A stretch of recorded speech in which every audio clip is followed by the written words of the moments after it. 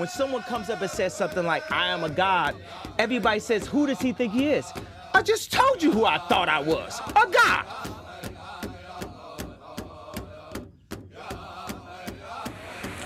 Okay, that's what we're talking about, okay? Now we got to get this thing right. What is needed is a realization that power without love is reckless and abusive, and that love without power is sentimental and anemic. Power at its best.